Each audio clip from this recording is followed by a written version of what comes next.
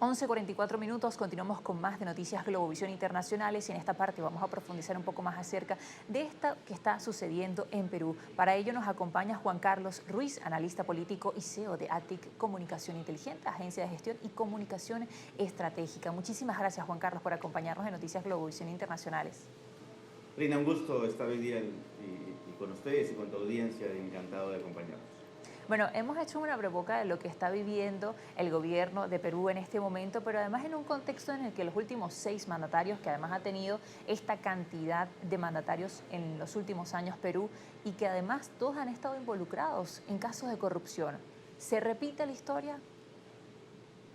Se repite la historia en general en términos de percepción y de investigación. Es decir, si tú te das cuenta, estos 6 mandatarios en casi 6 años que vienen siendo vacados y habiendo convertido el país casi en una trituradora de presidentes, lo que demuestra es de que se genera una investigación o investigaciones o carpetas fiscales en torno a cada uno de ellos, pero no es que se condenen o se haya demostrado finalmente un acto de corrupción completa que lleve a una condena definitiva de cada uno de ellos. Están todos investigados, están todos en sospecha de actos de corrupción, están todos en procesos de investigación que no concluyen y que algunos, y la mayoría, ni siquiera se inician con procesos de acusación fiscal concreta hacia ellos, es decir, todos están en procesos de investigación preliminar.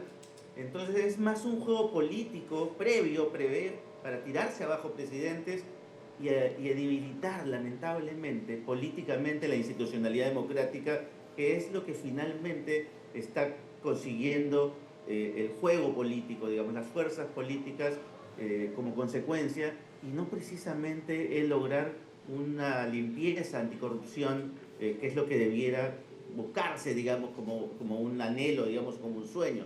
Lo que estamos haciendo como consecuencia es debilitar la democracia liberal que todos anhelamos, debilitar la institucionalidad política, generar sospechas sobre los partidos políticos, sobre digamos, los candidatos, sobre los presidentes, sobre los funcionarios, pero hasta ahora, si tú te das cuenta y uno hace una recopilación de todas las sospechas, todas las acusaciones, todas las investigaciones fiscales, muy pocas, y te diría 1 o 2%, tienen una acusación concreta sobre los acusados. Entonces hay un problema y esto también se expresa en una disputa al interior de la Fiscalía y del Poder Judicial, que está en una seria crisis institucional también, en una lucha entre bandos al interior de la justicia, que también lamentablemente tiene repercusión sobre estas investigaciones y estas sospechas de corrupción, que sin duda hay indicios, hay sospechas, pero no se están investigando con la seriedad del caso, con la transparencia del caso y con la neutralidad del caso que se requiere, ¿no? Entiendo además que este es considerado como la peor ola de inestabilidad política que ha vivido Perú en su historia. Y además hemos mencionado un poco anteriormente el tema del Rolexgate, pero ahora, y bueno, lo que usted mencionaba sobre las acusaciones directas o no a Boluarte, pero ahora ¿cómo podría perjudicarle las acusaciones contra su hermano? ¿Podría esto llevarle más a la inestabilidad? Y no solo eso, también hay un problema con la desaprobación de la opinión pública de Dina Boluarte.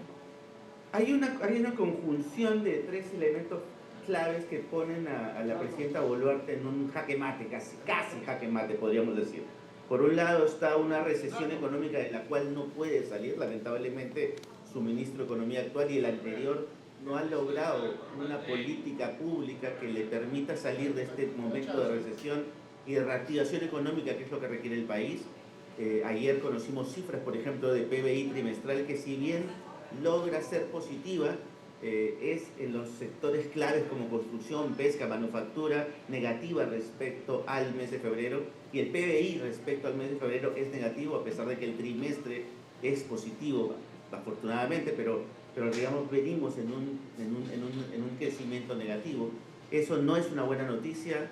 Los analistas dicen que esperan que el segundo trimestre empiece a reactivar y a rebotar un poquito, pero no hay una sensación de esperanza o de reactivación económica ni de entusiasmo respecto al crecimiento económico. Eso es un elemento negativo que no le está jugando a favor a la presidenta Boluarte.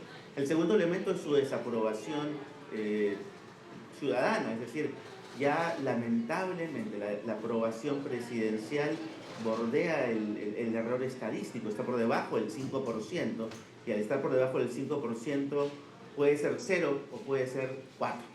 Entonces, literalmente no cuenta con aprobación ciudadana, y eso significa debilidad en términos de legitimidad política. Es decir, los ciudadanos no respetan, no respaldan las acciones que tomen, las decisiones que tome la mandataria y su equipo ministerial, por tanto.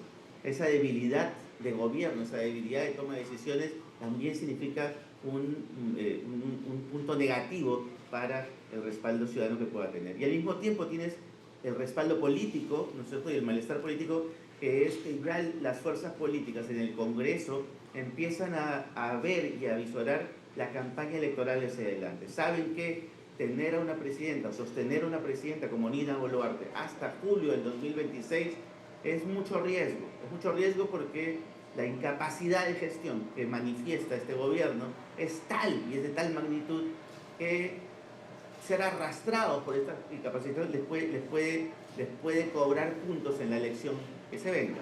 Entonces está, y de hecho es parte de los rumores que ya empiezan a correr, están evaluándose al interior del Congreso adelantar la elección. Por un lado, presionar a la presidenta para que renuncie y genere automáticamente el adelanto de elecciones sin que se cierre el Congreso, ¿no es cierto? O generar una causal de vacancia por incapacidad moral. Tendría que encontrarse este pívot.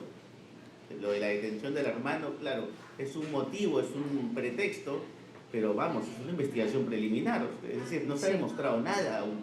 Entonces es muy incipiente para que sirva de incapacidad moral para poder vacar a la presidenta. Entonces es muy débil.